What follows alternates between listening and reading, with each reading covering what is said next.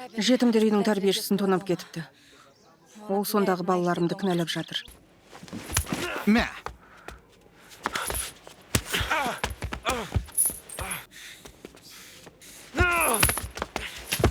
Бару керек.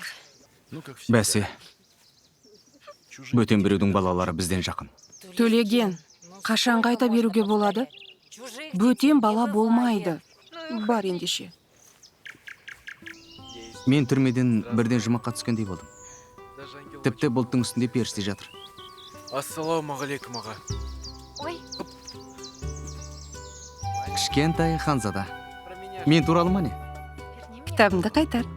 Кішкентай Ханзада.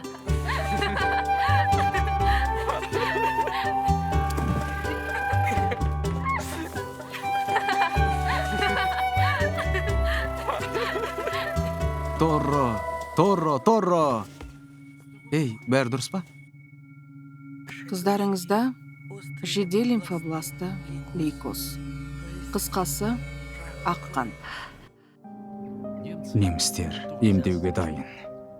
Бірақ олар мүмкіндік өте аз деп жазған. Біз сол мүмкіндікті пайдаланамыз. Ал мынау не? Шот па? Ақшаны қайдан аламыз? Мадина үшін өлімге дайын едім. Ал өлтіре аласың ба? Кімді? Күзетшіні. Қандай? Зергерлік дүкен, іші ақшаға тола. Ербол, тұқымын қорғыр! Енді мен азаматты көрмей өлетін болдым. Жалбарынамын саған. Қызымның өмірін үзбеші. Одан да мен алшы.